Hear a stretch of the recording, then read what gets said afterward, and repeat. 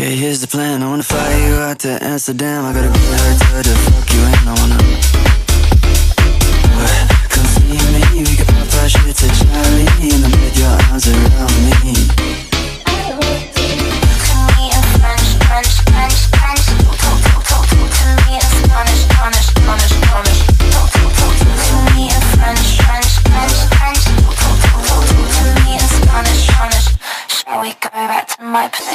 I went to Amsterdam to study government and diplomacy, and it was a good time.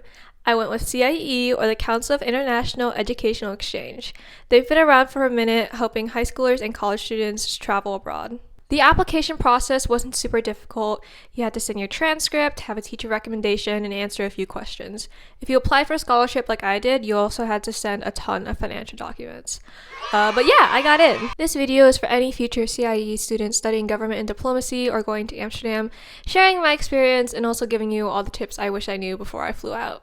If this is anyone's first time flying alone, don't worry, CIE has chaperone flights. You don't find out any of the fine details though, like your chaperone and where you're meeting, until a few days before. You're also supposed to wear your blue CIE shirt, which is shipped to you a few months before on the flight, but it's not mandatory. A lot of kids had their shirt lost in the mail and were completely fine. San Diego to Amsterdam was a brutal day of traveling, and it didn't help that the JFK flight was delayed, so we were sitting in the Amsterdam airport terminal for a good 3 hours. And it'll definitely be the last time something JFK related goes wrong on this trip. From the airport, you board a bus, which takes you to the hostel. We stayed at the Stay Okay, which is exactly what it says on the tin, just okay. After orientation is lunch, then a walk around the neighborhood, and then free time. Because we arrived so early in the summer, the sun genuinely didn't set until 10 p.m. I really liked CIE classes. In Amsterdam, they take place here, which is about a 15-minute tram ride from the hostel. Class starts at 10 a.m. Because of how big this summer's program was, we were split into 3 different groups. One group would do an activity, and then the other 2 groups would take classes, and then after lunch, they'd switch. For class, it's best to have something to take notes with, so a laptop or a notebook. Your teachers will introduce a topic like the UN or the EU, teach its background, and then introduce a simulation centered around it. In our Gov Diplomacy program, a simulation would go something like this. Everyone would be split into pairs and given a fictional country to represent, along with what it wants and doesn't want. Then the premise would be introduced, like NATO needs to do something about X, or these 2 countries want to join the EU. And it basically boils down to navigating what your country wants against the wants of everyone else's countries. It sounds really dry on paper, but it's actually pretty fun since everyone gets dramatic and competitive, especially during the news updates where so-and-so's country is accused of doing something bad, and now everyone has to rethink their votes. This all takes place in the classroom, with the exception of the simulation where everyone was a member of the European Parliament.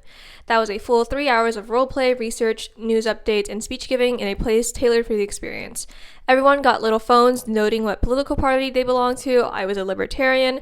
What's next? Requiring a license to make toast in your own damn toaster? And which piece of legislation they were on the council of. As the program progresses, more and more class time will be dedicated to the final project, which is where groups tackle real-world issues and present solutions to big groups like the WHO, while representing smaller groups like NGOs or nonprofits.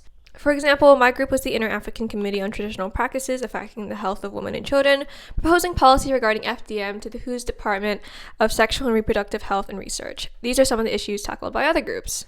Along with the final memorandum, you also had to create an advocacy resource like an Instagram account, an educational video, or a handout. It's not a super difficult final project if everyone does their part.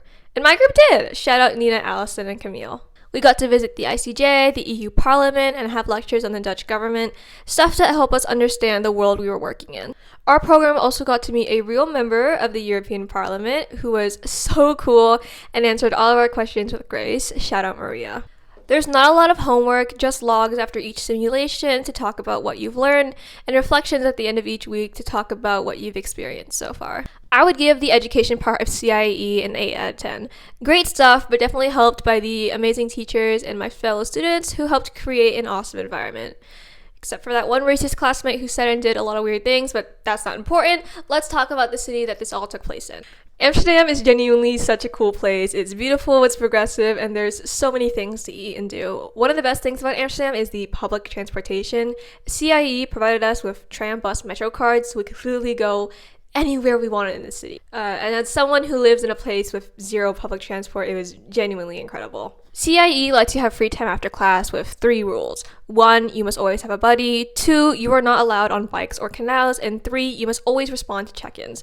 Check-ins are just messages in the WhatsApp group chat like, hey, send your location or a photo of yourself so that the program leaders know where you are at all times. For your day-to-day in Amsterdam, this is what you should always have on you. A portable phone charger that you must charge every single night, and it should be one with lightning and USB output so your friends can borrow it. Your CIE provided lanyard to hold your tram pass and meal vouchers in one place. Some kind of sun protection like a hat, umbrella, fan, or sunglasses, or a combination of all. A wallet for euros, and a metal water bottle. Tap water is drinkable, but because it was so hot, having cool water is a godsend. I alternated between carrying a fanny pack and a tote bag, but if I could go back in time, I would have carried a backpack, because then I would have been less sore in the evenings. Lots of stores in Amsterdam are cashless, so the wallet isn't completely necessary. I'd recommend not bringing more than 100 euros because of that, and also because CIE provides you with a generous amount of stipend money. They also give you vouchers to the University of Amsterdam cafeteria and food hall, in which aren't mind-blowing, but are good on the best days and simply filling on the worst. Outside of CIE paid for meals, you can eat wherever you want. I personally didn't like the Dutch food and got a lot of shawarma instead. I also got Chinese hot pot, poke bowls, butter chicken, pizza, and Surinamese food. Though, just a warning on Spang Macondra, the wait times and service are abysmal. For me, the food was worth it, but if you're really hungry, this is definitely not the place to go. As a Vietnamese American, I was tickled by the amount of Viet food and also baffled that they refused to call banh mi.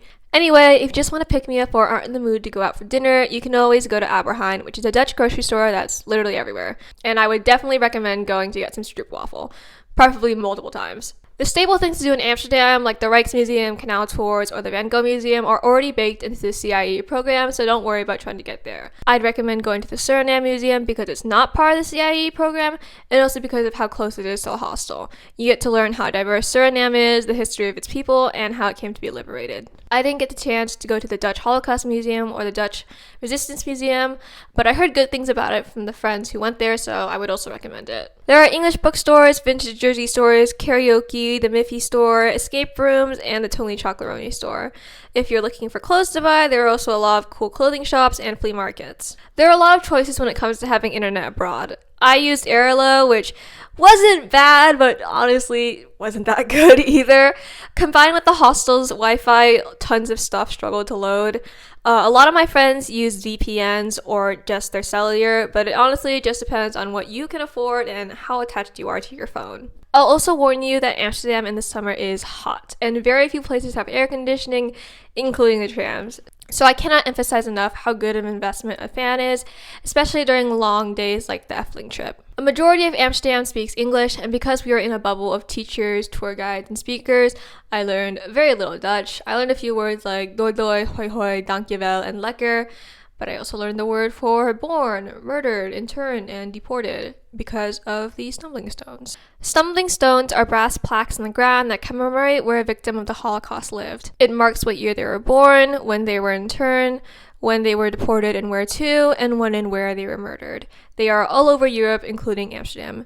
In fact, right in front of the CIE office was a stumbling stone for Annie Lehman, a 15-year-old Jewish girl. We passed the Amsterdam Holocaust Memorial on our way to the canal tour, but didn't visit it. We did visit the Anne Frank house, which was a very, very sobering experience. If you're in Amsterdam, you should obviously go, but please show your proper respect during it. If you want to learn more about the victims, you can search their names up in the Digital Hoods Monument Archive. That's where I got all of these photos. We were in Amsterdam at truly the perfect time. Not only was the World Cup happening, but World Pride as well. I walked in the World Pride March with one of my friends and got to shop at the market where I got this awesome Gravity Falls chain and some great Project Hail Mary stickers. Go check out both of the vendors that I bought from. I also got to see the drag showcase. It was the first time I've ever seen drag, and I was genuinely in awe. Like, this guy had a custom cake coat for his Cake by the Ocean number where he brought a girl on stage to dance and threw streamers out of his sleeve. The MC was so funny. She danced and sang to I Do It For The Gays from Death Becomes Her, and there was Lady Gaga, the Pussycat Dolls, Cat's Eye, Chaperone. It was so cool. I love drag. But that's pretty much all I have to say about my summer in Amsterdam. That city was a 12 out of 10. I had such an incredible time, and I miss all the friends I made like absolute hell. If you're going to Amsterdam or traveling with CIE and you have any questions, let me know in the comments below. Thank you for watching!